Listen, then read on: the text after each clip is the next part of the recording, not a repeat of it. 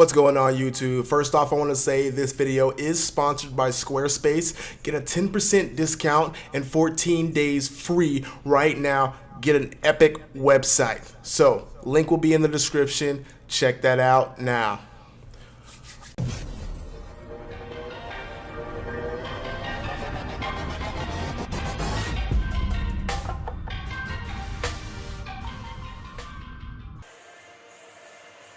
Alright, so today I want to talk about the importance of not having to lift so heavy all the time. There are days, at least 1 or 2 days out of the week, where it's just about function, mobility, working on movement patterns, just trying to get my body balanced.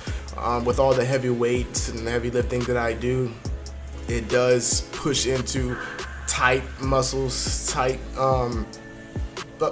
Morty, joint areas where I just need to really understand how to extend the body, and a elongated body, a strong elongated body, but what the hell? Strong elongated body that's mobile is key. Now, what I do is pretty much the same things that I've done for NFL training, working on dynamic stretching. You see me doing fast twitch muscle work. You see me working the hips and really getting mobile, really getting loose, really getting warmed up, really focusing on a few fast movements.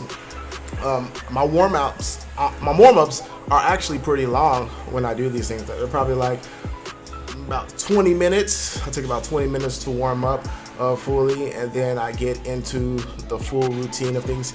And the majority of the time, it's just start out with legs.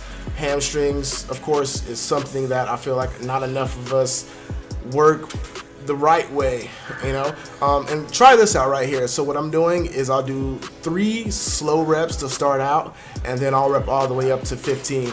So I'm getting that negative feel into the hamstrings, and then I'm just pumping it out, just really trying to get that blood flow going. And also I'm getting sort of a stretch and strength training as well.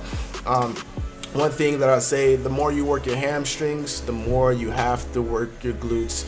You don't want your hamstring to overpowering your glutes, because that's one thing amongst athletes that will push to a lot of problems when sprinting.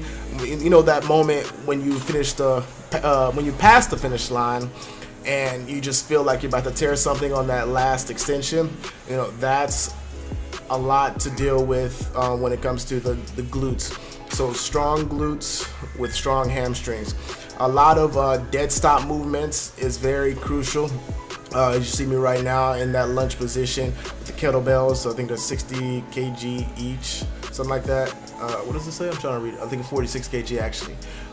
Set to 10 on each leg, and then moving to a plyometric movement. Right here, you see me kneel on the ground, jump up, high explosion from the floor up to the box. The box could be higher, but I really want to focus on just control. And then so I get up again and I do laterals. So I'm working all the lateral movements, frontal movements, really hitting all angles, getting ashy knees right now. You see that white right there? But you need some lotion. You need some lotion on them knees. And then you see I'm going from the side lateral jumps now.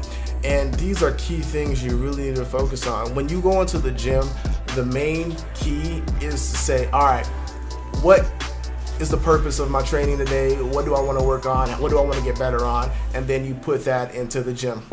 So right now I'm working on a little bit of mobility with a kettlebell and an overhead ball, 20 pounds.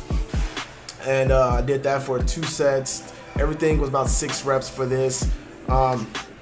Focusing on trying to work on that ankle mobility, that hip mobility, and keeping my body straight up and not too bent over with overhead movements, because now I'm starting to get more into the weightlifting, and I need to be more disciplined in keeping weightlifting a part of my program, because it really helps keep my shoulders open, chest open, and not too tight.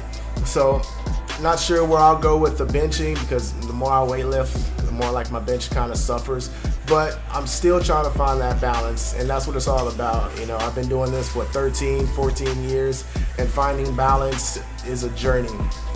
Next off is I'm training some abs right now. This is what I do for obliques. I do this at mid cables, highs, and lows. And the thing that I used to make a big mistake on working the obliques was, you know, when you grab a dumbbell, what the fuck you about talking about? Dumbbell, and you do like side crunches.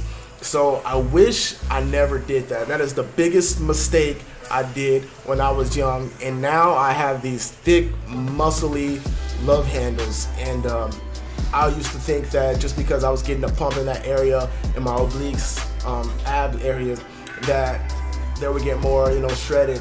And like, no, they got thick, and I hate it, and I'm trying so hard to get rid of it, but it's not like it's fat. I keep thinking it's fat, and I go to the doctor, or to like a very more experienced trainer, and it's just thick muscles right there.